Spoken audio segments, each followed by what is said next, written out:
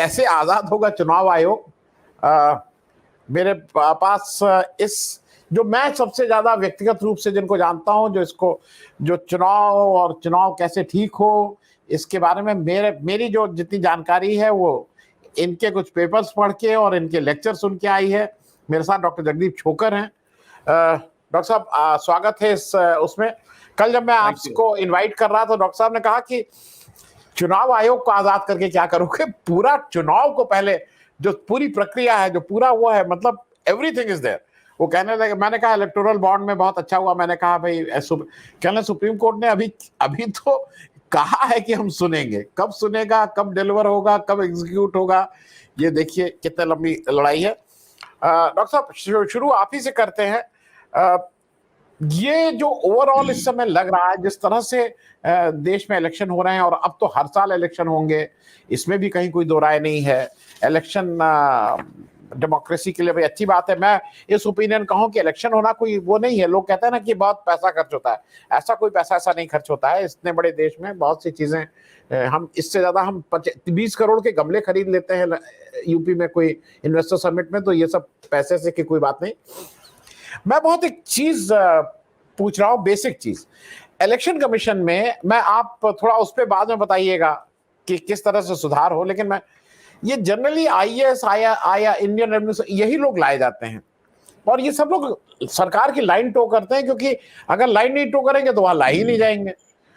तो वो इनहेरेंट ही, जो मुझे ऐसा लगता है कि कुछ निष्पक्षता रह पाएगी कि नहीं रह पाएगी, क्योंकि अगर आप इस तरह के लोगों को यहाँ पे बिठा रहे हैं तो ये कितने निष्पक्ष रहेंगे। और खास करके आज जब सरकार और पार्टी में अब चेंज नहीं रह गया है, अब सरकार और पार्टी एक दूसरे के मोर और लेस एक ही सिक्के के दो पहलू हो गए हैं। डॉक्टर साहब देखिए, चुनाव आयोग या चुनाव आयुक्त के तौर पे जब किसी की भी नियुक्ति होती है तो उसको एक शपथ लेनी होती है संविधान के ऊपर, और वो शपथ राष्ट्रपति दिलवाते हैं। और वो ये जो शपथ लेने वाले हैं वो ये कहते हैं कि मैं अब इस संविधान के अंतर्गत काम करूँगा और जो संविधान कहेगा वो करूँगा और उसमें कोई भेदभाव नहीं करूँगा, ऐसा ही कुछ है। और सबसे बड़ी बात यह है कि जो मुख्य चुनाव आयुक्त हैं उनको एक संवैधानिक सुरक्षा प्राप्त है।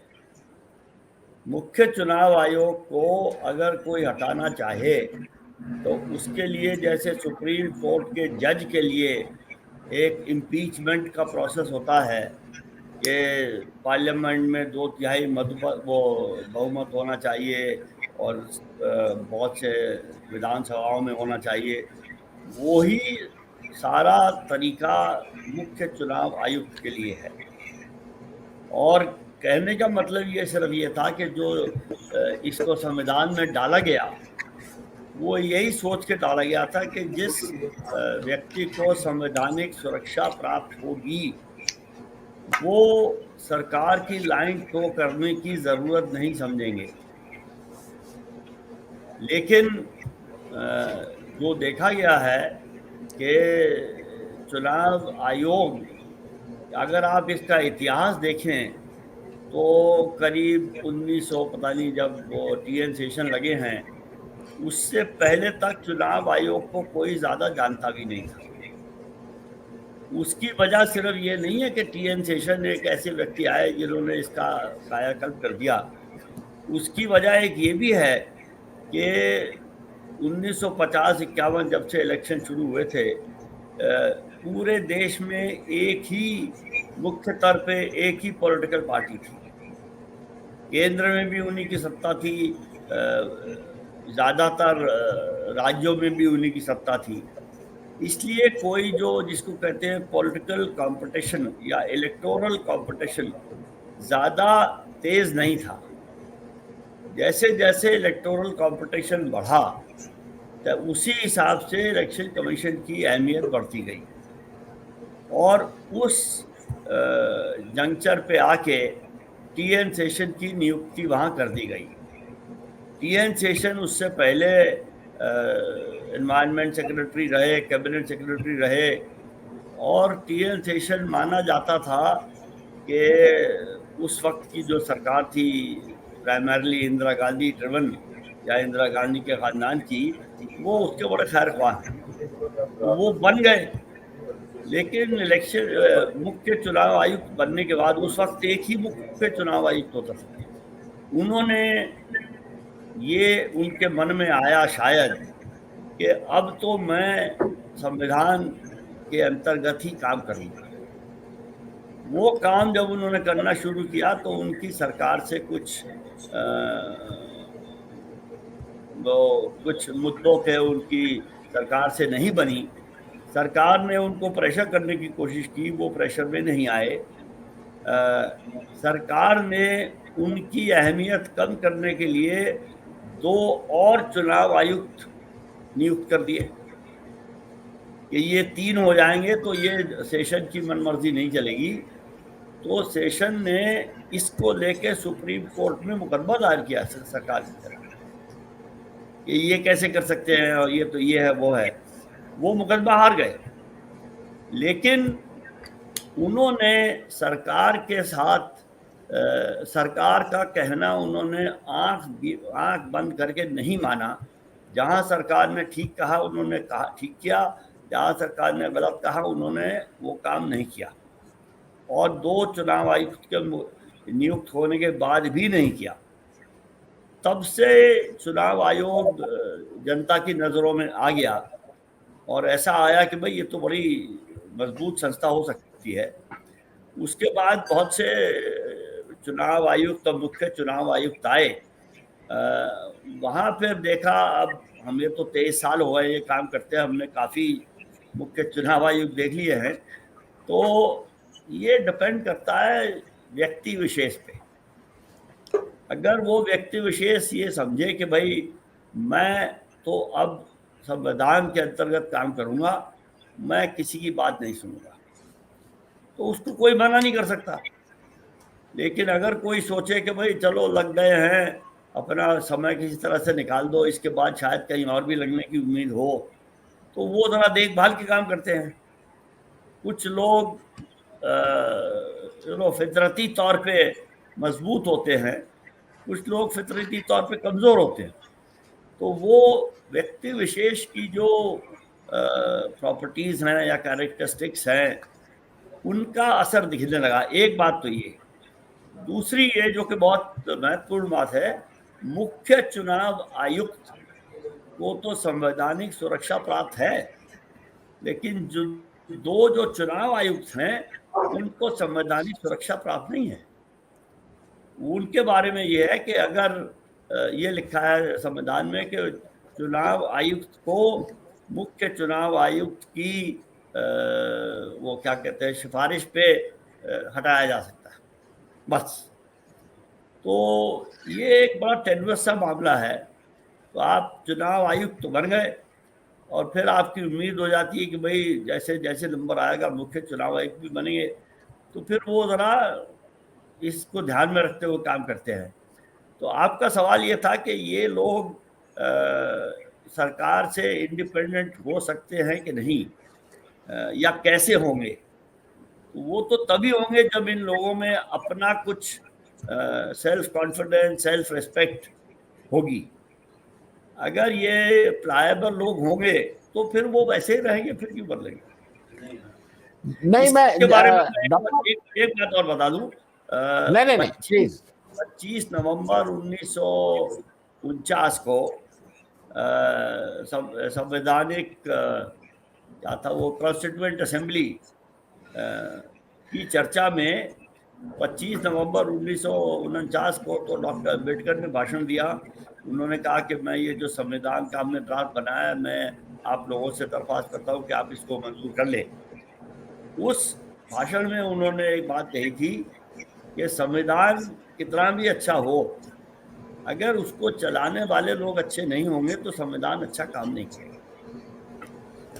यही बात दूसरे शब्दों में डॉक्टर राजेंद्र प्रसाद ने अगले दिन 26 नवंबर 2049 को कही, जो कि संवैधानिक उस कॉन्स्टिट्यूएंट असेंबली के अध्यक्ष थे। उन्होंने भी यही कहा और यही बात काफ़ी साल बाद एक अंग्रेज एक्सपर्ट हैं, ऑथर ग्रेनवेल ऑस्टिन, उन्होंने भारत के संविधान पे बहुत काम किया है।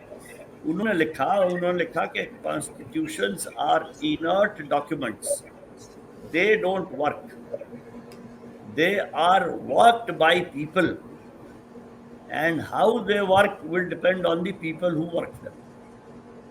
तो चुनाव आयुक्त की जो पदवी है और मुख्य चुनाव आयुक्त की जो पदवी है, वो भी जैसे व्यक्ति विशेष उस पदवी पर बैठेंगे वैसा काम करेगी। ये कोई विक्रमादित्य वाले सिंहासन तो है नहीं कि जो भी उस पर बैठ गया उसने वही किया जो विक्रमादित्य करते। ये तो सिंहासन जरा दूसरी तरह के हैं। हाँ, नहीं, मैं एक चीज इसी में छोटी सी आपसे और पूछना चाह रहा था। जैसे आप कह रहे हैं कि भाई वो व्यक्ति मजबूत होना चाहिए और व्यक्ति के अंदर थोड़ा मॉरलिटी ज्यादा, लेकिन मौके भी और हमारी जो जो जो भी व्यवस्था है वो भी ठीक होनी चाहिए। मैं बहुत लोगों का नाम और आदर के साथ लेता हूं। हमारे आपके साथी हैं एस एन शुक्ला साहब, जो इस लड़ाई में कई जगह आपसे कंधा से कंधा मिला के लड़े हैं।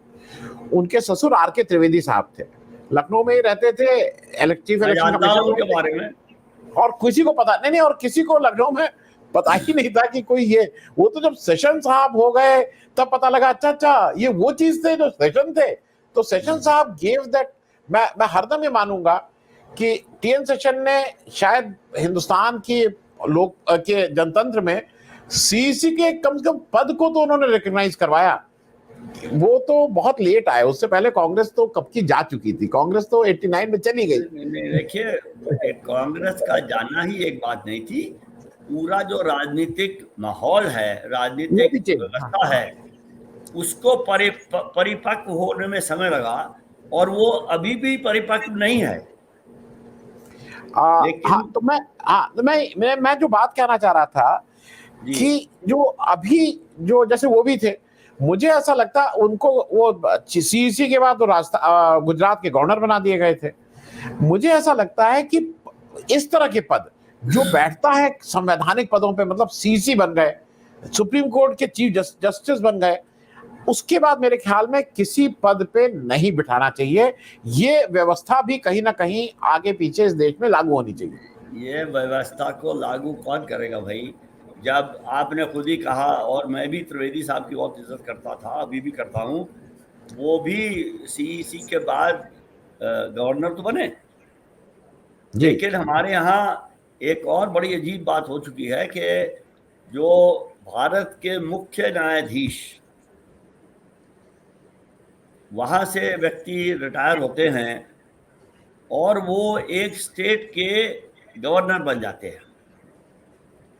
और मुझे उसमें सबसे बड़ी जो अजीब और मैं तो समझता हूँ शर्मिंदगी की बात लगी कि यही व्यक्ति जब वो देश के मुख्य न्यायाधीश थे, उन्होंने नए चुने हुए राष्ट्रपति को शपथ दिलाई और वो खड़े हैं, उनके आगे राष्ट्रपति खड़े हैं, वो कह रहे हैं कि मैं XYZ ये शपथ लेता हूँ। और यही व्यक्ति जब मुख्य न्यायाधीश नहीं रहे तो ये किसी स्टेट में जाके वहाँ के गवर्नर बन गए और वहाँ के जो हाई कोर्ट के चीफ जस्टिस थे उन्होंने इनको शपथ दिलाई।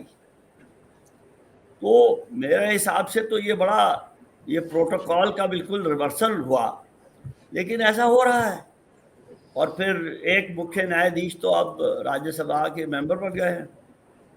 तो ये सब जो चीज़ें हैं, देखिए, ये कहना कि इन पे कानूनी तौर पे रोक लगा देनी चाहिए, मैं आपसे सहमत हूँ।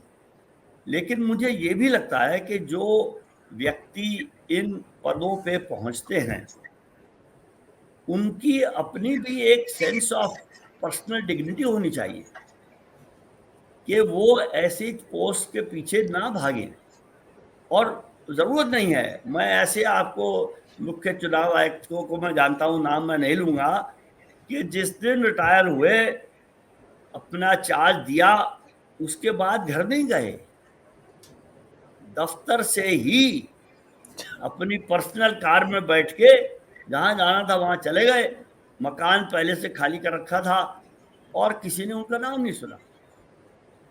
और वो ऐसे मुख्य चुनाव आयुक्त थे, मेरे हिसाब से सेशन के बाद उनसे अच्छा चुनाव आयुक्त नहीं हुआ।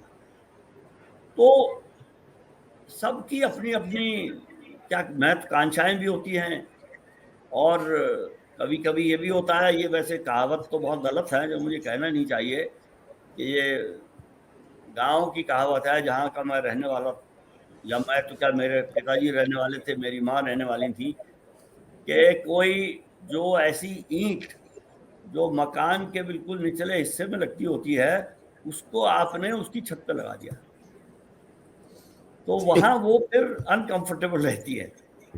जी। उस तरह की बात हो जाती है तो दिक्कत है। अब जैसे अभी 2019 के चुनाव में हमने देखा, एक चुनाव आयुक्त ने जो सरकार की इच्छा हो सकती थी, सरकार ने उसके बारे में कुछ नहीं कहा जहां तक पब्लिकली पता है, लेकिन एक चुनाव आयुक्त ने ऐसा कुछ कहने की कोशिश की, तो उनका क्या हश्र हुआ आपको भी पता है। उनको चुनाव आयुक्त की पोजीशन से त्याग पत्र देना पड़ा। तो ये पूरा सिस्टम खराब है। सिस्टम में भी ये तो देखिए, सिस्टम जो होता है वो भी लोगों से बनता है, और सिस्टम लोगों को बनाता भी है। तो ये एक ऐसी उथल पुथल वाली बात है कि एक तरफ से खराबी हो तो फिर वो खराबी अगर दूसरी तरफ से उसको इनकरेज करेगी तो खराबी बढ़ेगी। फिर से मैं तो बहुत समझने की दृष्टि से बहुत बेसिक चीजें पूछूंगा आपसे। मैंने जितना देखा, इलेक्शन पिटीशन मेरी नॉलेज में है, मेरे पास उसकी इलेक्शन पिटीशन की प्रतियां भी हैं। 20 के आसपास में, एग्जैक्ट मेरे हिसाब से 22 थी, लेकिन मैं 20 ही बोल रहा हूं। गुजरात में 2017 के इलेक्शन को लेके 20 इलेक्शन पिटीशन फाइल हुई, उसमें से 17 या 18 बीजेपी के अगेंस्ट थी। आज तक केवल 2 डिसाइड हुई हैं, 2, 18 डिसाइड ही नहीं हुई हैं, वो ऐसी पड़ी हुई हैं। और जो दो डिसाइड हुई, उसमें सेट असाइड किया गया इलेक्शन, उसको सुप्रीम कोर्ट ने होल्ड करा दिया। जो बात प्रताप जी कह रहे हैं, तो आगे के कह रहे हैं कि उसको पार्टी बनाएंगे। अरे आप पार्टी उनको नहीं, आप पार्टी भगवान को बना लीजिए। हम जब सुनेंगे ही नहीं तो आप पार्टी किसी को बनाने लगे। इसकी एक समय सीमा होनी चाहिए। इसमें कहीं ना कहीं तो जुडिशरी का भी रोल है। दूसरा, एक मैं इसलिए ये बातें कह रहा हूं क्योंकि मेरी ये नॉलेज में है, और ये मुझे अजीब सा लगता है कि ये क्या है। आज तक, अगर डॉक्टर साहब आपने तो इतने किया है, आप मुझे एक अगर आपकी नॉलेज में तो बताइएगा, बहुत कड़ा वो है कि अगर कहीं कोई इलेक्शन के वो सेट असाइड वो किया जाए, कोई रिटर्निंग ऑफिसर बायस पाया जाए, तो उसको सजा मिलती है, सजा का प्रावधान है। उसकी पोस्टिंग यहां से लखनऊ से हटा के उन्नाव कर दी गई, या उन्नाव से हटा के बरेली कर दी गई। हमें आपने आज तक कुछ सुना है कि किसी रिटर्निंग ऑफिसर को कोई सजा दी गई है? सुना हो तो बताइएगा, क्योंकि मैं भी ये जानना चाहता हूं। I want to educate myself कि ये प्रावधान बना के अगर आप उस पर कुछ करना ही नहीं चाहते हैं, तो ये जरा एक ये हो गया। दूसरा, डॉक्टर साहब, मैं आपसे एक नई डिमांड का खतरा मैं इसलिए बोल रहा हूं कि वो शायद इंप्लीमेंट हो, अगर अभी ना हो तो 2024 के बाद हो। 1 इलेक्शन की बात हो रही, पूरे देश में 1 इलेक्शन हो साहब, ये बड़ा अच्छा, और नाम दिया जा रहा है बड़ा खर्चा होता है। मतलब मुझे अभी भी नहीं समझ में आ रहा है कि 1 इलेक्शन करके वो खर्चे कम क्यों हो जाएंगे। इस हिंदुस्तान में इलेक्शन बहुत बड़ा पर्व होता है, जिसमें बहुत से लोगों को एम्प्लॉयमेंट मिलता है। ये भी याद रखना चाहिए। वो किसका यूज होता है किसका नहीं होता है, वो अलग बात। आपको क्या लगता है, 1 इलेक्शन क्या कई बुनियादी चीजों का आंसर है, उसको खत्म कर देगा 1 इलेक्शन? देखिए, आपने 2 सवाल पूछे हैं। पहला ये था कि किसी रिटर्निंग ऑफिसर वगैरह को कोई सजा मिली है। जहाँ तक मुझे मालूम है नहीं मिली है जी। लेकिन उसकी वजह यह है कि जो हमारे यहाँ प्रावधान है कि जब इलेक्शन अनाउंस हो जाता है, उसके बाद जिस स्टेट में इलेक्शन होता है या पूरे देश में होता है, जो ये प्रशासनिक सेवाएं होती हैं, इनके अफसर they are deemed to be on deputation to the Election Commission of India. इसी वजह से इलेक्शन कमीशन ऑफ इंडिया इनके ट्रांसफ़र ऑर्डर कर सकता है। और कहीं कहीं ये होता है कि इलेक्शन से पहले डीजीपी को ट्रांसफर करवा दिया, चीफ सेक्रेटरी को, ऐसे कभी कभी होता है। ऐसा ही नीचे के लेवल पे भी होता है। लेकिन जब चुनाव खत्म हो जाता है, जिस दिन रिजल्ट डिक्लेयर हो जाता है, उसके बाद वो सारी प्रशासनिक सेवाएं और उनमें जो काम करते हैं वो स्टेट के अधीन हो जाते हैं। तो जैसे ही वो स्टेट के अधीन होते हैं तो स्टेट वाले जहां पहले थे उनको वहीं भेज देते हैं। तो इसमें कोई सस्टेनेबिलिटी या परमानेंसी का सवाल नहीं अभी तक किसी ने उठाया है। तो ये सिस्टम में खामियां हैं, इसमें कोई शक नहीं है। दूसरा सवाल जो आपने पूछा है उस पर तो आपको एक नई पूरी टाकथॉनी करनी पड़ेगी, क्योंकि ये वन नेशन वन इलेक्शन या साइमल्टेनियस इलेक्शन का मुद्दा आज से 3-4 साल पहले उठाया गया था और करीब 3 साल तक इस पर बहुत ज़ोर शोर से चर्चा हुई। मैंने खुद कम से कम मैं 26 सेमिनार्स में मैंने हिस्सा लिया पूरे हिंदुस्तान में, और मैं कहाँ कहाँ नहीं गया, और कहीं कहीं बुलाया भी गया। मैं ऐसी जगह भी गया जहाँ मैंने पहले जाने से इनकार कर दिया था। लेकिन एक मैंने 44 पन्ने का इस पे एक वो पेपर भी लिखा है जो हिंदू के एक हिंदू अखबार का है, Hindu centre for public policy and politics, उन्होंने उसको पब्लिश किया है। मेरे हिसाब से तो ये वन नेशन वन इलेक्शन वाला जो बात है ये वक्त वक्त पे उठाई जाती है ताकि जनता का ज़रा ध्यान असली जगह से हट जाए। और 3 साल चर्चा हुई, बहुत सारा पैसा खर्च हुआ। जहाँ जहाँ मुझे बुलाया गया मैं कोई अपने खर्चे से तो गया नहीं, किसी ने मुझे टिकट का पैसा दिया, रहने का पैसा दिया, वो खर्चे सब हुए, लेकिन नतीजा कुछ नहीं निकला। लॉ कमीशन को भी कहा गया, उन्होंने भी बुलाया हम लोगों को और अपनी एक रिपोर्ट निकाल दी, एक सेमिनार भी हुआ।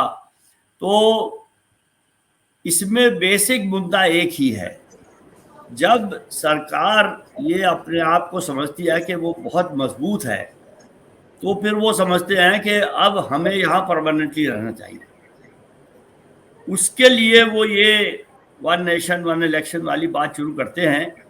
आपको ये शायद याद होगा कि एक इंदिरा गांधी के ज़माने में एक सज्जन हुआ करते थे, देवकांत बरुआ, जिनकी India is Indira, India is Indira, Indira is India. इनकी खासियत ये थी कि उन्होंने ये नारा दिया था, Indira is India and India is Indira. जी। उन्होंने भी ये सोचा छोड़ा था कि प्रेसिडेंशियल फॉर्म ऑफ गवर्नमेंट होनी चाहिए, लेकिन वो चली नहीं बात आगे और वो वहीं की वहीं रह गई। तो मेरा ये मानना है कि ये जो वन नेशन वन इलेक्शन वाला शगुफा चलता रहता है वक्त वक्त पे, ये इसीलिए है कि चाहा ये जा रहा है कि there should be presidential form of government, एक आदमी के नाम पे इलेक्शन हो, पूरे देश में एक ही इलेक्शन हो और पूरे देश में एक ही पार्टी हो और वगैरह वगैरह वगैरह। तो मैं ये कहता हूँ कि अगर आप प्रेसिडेंशियल फॉर्म की गवर्नमेंट लाना चाहते हैं तो उस पर चर्चा कीजिए और उसको खुल के लाइए। ये पीछे से हाथ घुमा के उसको लाने की कोशिश करने का कोई फायदा नहीं है। लेकिन जितने भी ये 2-3 आर्गुमेंट दिए गए थे उसमें कि खर्चा ज़्यादा होता है, उसका तो मेरा सीधा सा सवाल ये था कि क्या हम सबसे सस्ता लोकतंत्र ढूंढ रहे हैं या सबसे अच्छा लोकतंत्र ढूंढ रहे हैं? अगर सबसे सस्ता ढूंढ रहे हैं तो भैया जो है इसी को चालू रखो, इलेक्शन कभी भी मत करवाओ, चल तो रहा है ना। और मुमकिन तो सब कुछ ही है। दूसरा बात है कि सरकारें अपना काम नहीं कर पाती क्योंकि मॉडल कोड ऑफ कंडक्ट लागू हो जाता है। तो मैंने लोगों को कहा था कि आप मॉडल कोड ऑफ कंडक्ट पढ़िए, उसमें ये तो कहीं नहीं लिखा कि सरकार अपना काम बंद कर दे या जो सरकार की स्कीमें पिछले 20 साल से चली आ रही है उनको बंद कर दे। ये लिखा है कि अगर कोई नई स्कीम सरकार बनाना चाहती है और वो भी ऐसी जिससे चुनाव के नतीजे पे असर पड़ने की संभावना है, तो वो चुनाव आयोग से पूछे, और अक्सर चुनाव आयोग उसको मान भी जाता है, परमिशन दे भी देता है। छोटी सी बात है, लेकिन इस बहाने से आप ये ऑक्ट्रॉय की चुगी भी बंद कर दीजिए, ये थोड़ी तरीका है। तीसरी बात ये थी कि लोग चुनाव के प्रचार में लगे रहते हैं, गवर्नेंस नहीं कर पाते। ये भी एक बड़ी अच्छी बात है कि हैदराबाद म्युनिसिपल कमेटी का चुनाव हो तो उसमें सेंट्रल गवर्नमेंट की पूरी कैबिनेट जाती है। तिरुचिरापल्ली में कोई चुनाव हो, नॉर्थ ईस्ट के किसी कोने में, सब वही लोग जाते हैं। और वो लोग जाते हैं जिन्होंने पद और गोपनीयता की शपथ ली है कि मैं ये शपथ लेता हूं कि मैं मंत्री का काम करूंगा। अगर वो अपनी शपथ को वायलेट करके मंत्री का काम छोड़ के जा रहे हैं हैदराबाद म्युनिसिपल कॉर्पोरेशन में, तो मेरे ख्याल में तो उनको वायलेशन ऑफ द ओथ वो प्रोसिक्यूट करना चाहिए। क्योंकि और फिर कहते हैं जी अगर यही 10 आदमी हैं जिनको हर चुनाव में प्रचार करना है, तो भाई सबसे बड़ी पार्टी है, उसमें उन 10 आदमियों को मंत्री मत बनाइए, किसी दूसरे 10 को बना दीजिए। ये सारी बातें सिर्फ इसलिए थी कि ये ख्याल था कि अगर एक व्यक्ति विशेष के चेहरे पे चुनाव लड़ा जाएगा तो ये सब जगह जीत जाएगा। वही कहानी अब भी है और उसी को राष्ट्रपति प्रणाली में गिना जाता है। तो ये इसमें कोई तर्क नहीं है और ये संविधान के खिलाफ है। संविधान में मेरे ख्याल में 6 या 7 संशोधन करने पड़ेंगे अगर ये किया गया, क्योंकि जो हमारी स्टेट्स हैं वो सेंटर के अंडर नहीं है। कॉन्स्टिट्यूशन में उनका अलग दर्जा है, वो काइंड ऑफ सेमी ऑटोनमस हैं। उनके अपने चीफ मिनिस्टर हैं, अपने गवर्नर हैं, बल्कि अब तो 73rd अमेंडमेंट के बाद उनके अपने स्टेट इलेक्शन कमिश्नर हैं जो कि सेंट्रल इलेक्शन कमीशन के अंडर नहीं आते, वो इंडिपेंडेंट कॉन्स्टिट्यूशनल अथॉरिटी है।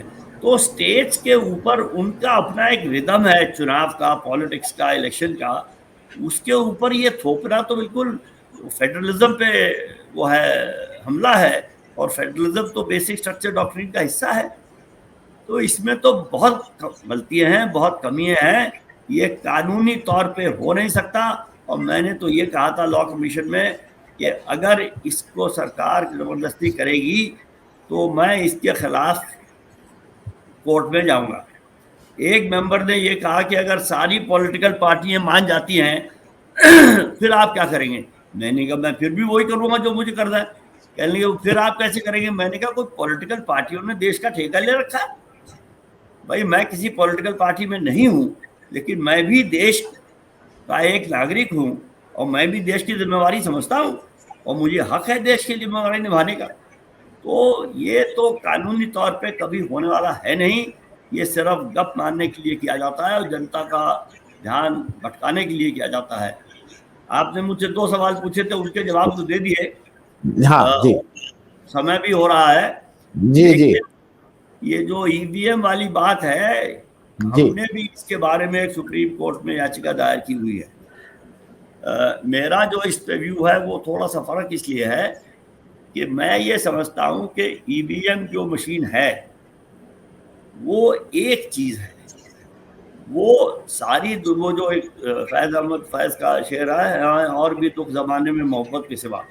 हाँ, ईवीएम के साथ साथ वीवीपैट भी है, उसके साथ चुनाव आयोग के जो वहाँ अधिकारी होते हैं वो भी हैं, और जो पार्टियों के रिप्रेजेंटेटिव होने चाहिए वो भी हैं, और वोट देने वाले लोग भी हैं, और पुलिस वगैरह जनता भी है। ये एक पूरा सिस्टम है। दिक्कत मुझे लगता है जो यहाँ जो आ रही है और जिसकी वजह से ये जो प्रताप जी ने बड़ा अच्छा कहा कि ईवीएम को देखिए जहाँ मर्जी टहल रही हैं, तो ये सब इसलिए हो रहा है कि ईवीएम से इंफॉर्मेशन जाती है वीवीपैट को।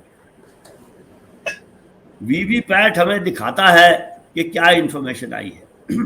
अब वो थाली है कि लोटा है, चलो छोड़ दीजिए, जो भी है, लेकिन वीवीपैट से जो इंफॉर्मेशन काउंटिंग यूनिट में जाती है उसका नहीं पता। तो जब तक ये पूरा सिस्टम ट्रांसपेरेंट नहीं होगा तब तक इसमें कुछ ना कुछ शंका रहेगी। और 2019 के इलेक्शन में जो हमने पाया था कि चुनाव आयोग अपने सेंट्रल वेबसाइट पे रोज फिगर डालता था, कितनी votes polled and votes counted, उनमें फर्क था, और वो रोज फर्क बदलता था। तो ये सब लोगों ने स्क्रीनशॉट लिए, और जब इसकी चर्चा होनी शुरू हुई तो उन्होंने वो अपनी वेबसाइट पे डालना ही बंद कर दिया। लेकिन वो स्क्रीनशॉट तो अभी हैं, तो उनको लेके हम कोर्ट में गए हुए हैं, सुप्रीम कोर्ट में, कि इसको इलेक्शन कमीशन को एक्सप्लेन करना पड़ेगा और उनको एक रोबस्ट इंतजाम करना पड़ेगा जो कि ट्रांसपेरेंट भी हो, उसके बिना ये नहीं चलेगा। तो एक ईवीएम तो उसका एक हिस्सा है, वो ठीक है कि गलत है वो अलग बात है, मेरे ख्याल में उसमें कोई ज़्यादा गलती नहीं है, लेकिन पूरा सिस्टम ठीक नहीं है, उसको ठीक करने की ज़रूरत है। लेकिन वही है, अगर कोई ठीक करना चाहे तो होगा ना, अगर कोई ठीक करना चाहता ही नहीं है तो फिर कैसे होगा।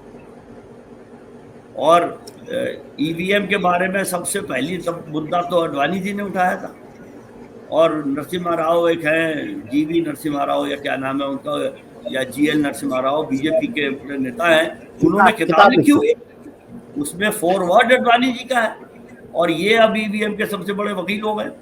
तो ये तो बड़ा अजीब सा मामला है जी।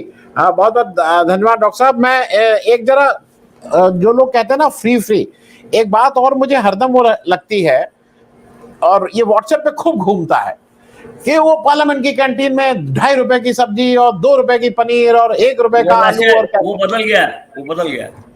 नहीं, मैं कह रहा हूं अगर ना भी बदला हो, जिसने भाई, मान लिया, मैं डॉक्टर साहब दूसरी बात कह रहा हूं, जिसने भी सरकारी या सरकारी उपक्रम या कुछ इस तरह का कहीं भी काम किया होगा, जिसने नौकरी की होगी, हम लोग भी जब जाते हैं थे तो दिन में जो लंच होता था ना, वो भी 50 पैसे का होता था, और वो एक टोकन इसलिए कि वो कूपन मिल जाता था, उस कूपन का। ये यहाँ पे आतमजीत बैठे हैं, ये मल्टीनेशनल में काम किए हैं, सुबह का जो पकौड़ा और वो इडली और सांभर रोज चेंज होके आता था, वो भी कुछ 10-20 पैसे का माना जाता था, मतलब उसकी कॉस्ट ही नहीं होती थी।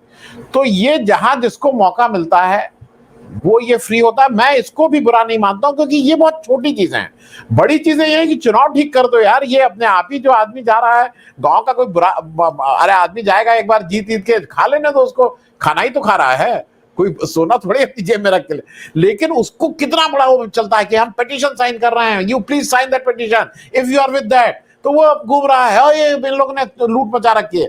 खाने में इस देश में लूट मचे कोई दिक्कत नहीं है, ये जो फ्री राशन दे रहे हैं कोई इसके विरोध में नहीं होगा, अरे भाई राशन दे रहे हैं, खाना पीना खाने दो जिसको खाना हो। थैंक यू सो मच आप सब लोगों का ज्वाइन करने के लिए। चर्चाएं बहुत थी लेकिन समय का थोड़ा वो था। एक प्रताप जी एक इशू को उठाए हुए हैं, चुनाव निशान को, एक बार हम लोग सोचते हैं कि उसको एक बार फिर से हम लोग रिवाइज करें, क्योंकि वो मैं प्रताप जी का अभियान को बहुत वर्षों से जानता हूँ। हाँ, तो इनका वो इशू नहीं, वो अभियान चल रहा है। हम लोग एक दूसरे के साथ साथ वार्तालाप में रहते हैं फ्रॉम टाइम टू टाइम, तो मैं जानता हूँ। तो नहीं, लेकिन आम जनता को भी, क्योंकि वो भी एक बहुत मेजर इशू है, जिससे अगर वही लागू हो जाए तो कहीं ना कहीं कुछ ना कुछ फायदा हो ही जाएगा। थैंक यू सो मच, आप सबका बहुत बहुत धन्यवाद ज्वाइन करने के लिए।